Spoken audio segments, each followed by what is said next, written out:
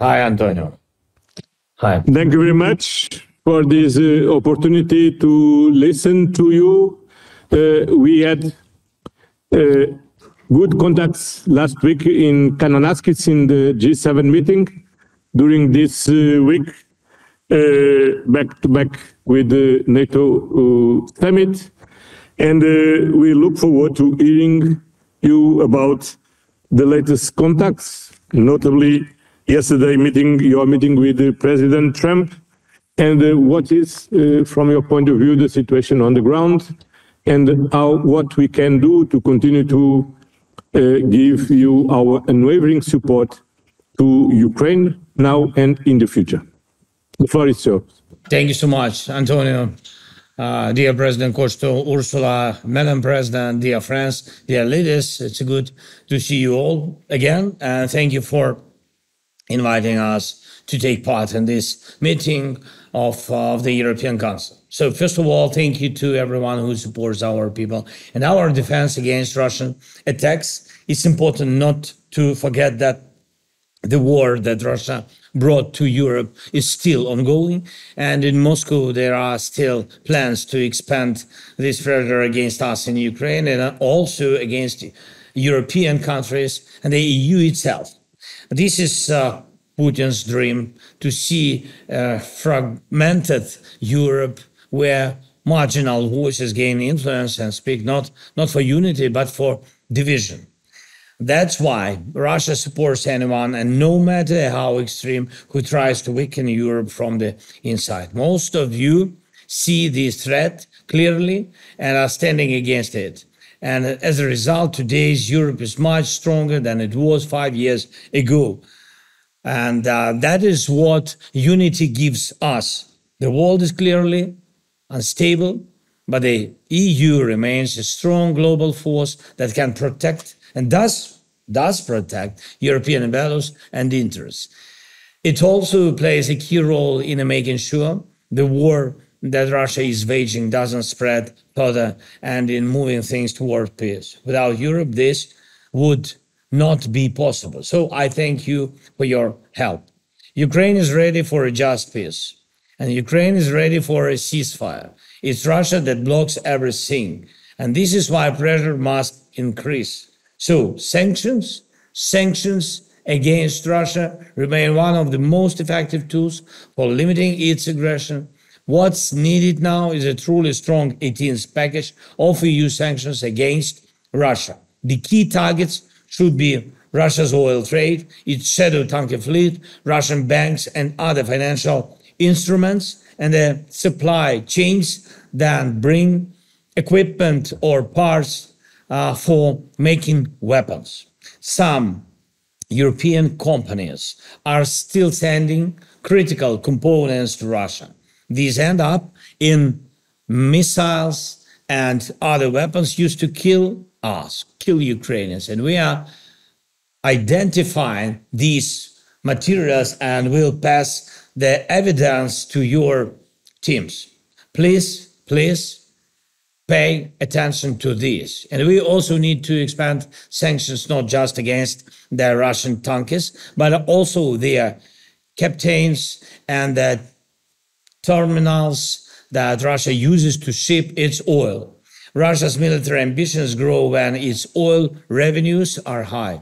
Over time, we have seen how strongly some European countries still depend on Russian oil. And we understand this, and we act carefully as our partnership with the EU requires. Yet, sadly, we don't always feel the same understanding in return when it comes to Ukraine's needs.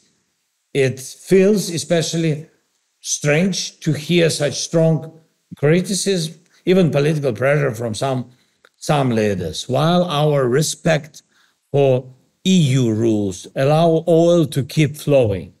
And we should all think about that. Either we all follow the same EU rules, or there will be fewer advantages for everyone. The facts are clear.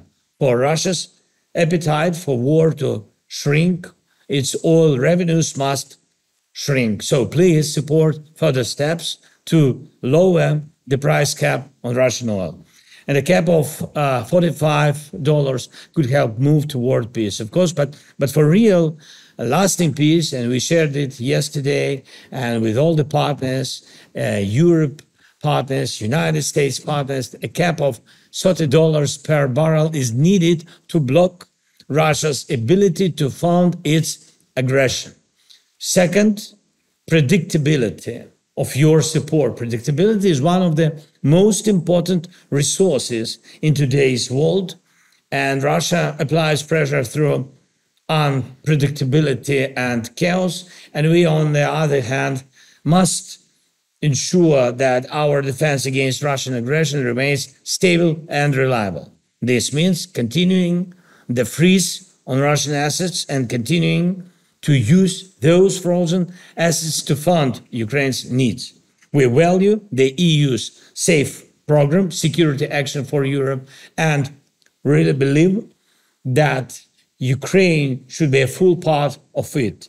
After all, we have the most up-to-date, battlefield-tested knowledge of which weapons work best. Ukraine should take part in joint defense purchases and from the EU and the Ukrainian producers. Our defense industries can work as one system that builds security for all of Europe, and this will happen. The recent NATO summit showed clearly, yes, America remains with Europe, but it does so expecting that Europe will build up its own defense capabilities each year. The best way to do this is together. This is a signal from our side. And budgetary support remains vital for us. Each of you understands that war creates a budget deficit, and under constant Russian attacks, no European country could manage that deficit alone. And we count on your continued support to cover our budget needs, especially for next year. And third, but no less important, is our accession process. Ukraine is meeting all its commitments for EU accession, and we truly mean it. We're fulfilling every requirement, including those about relations with our neighbors.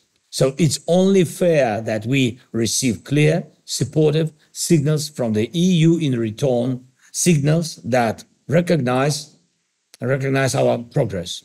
What's needed now is a clear political message that Ukraine is firmly on the European path and that Europe stands by its promises.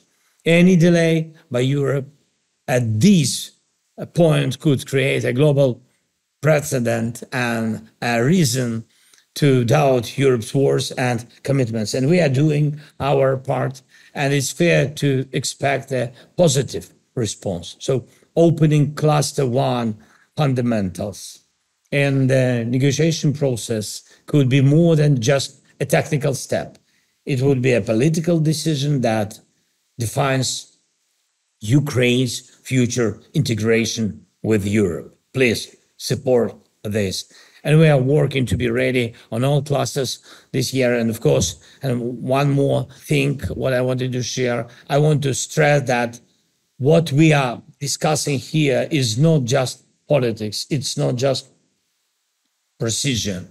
This is what gives motivation, support, and strength to the men and women who are defending their families and our independence against Russia's criminal and unprovoked war.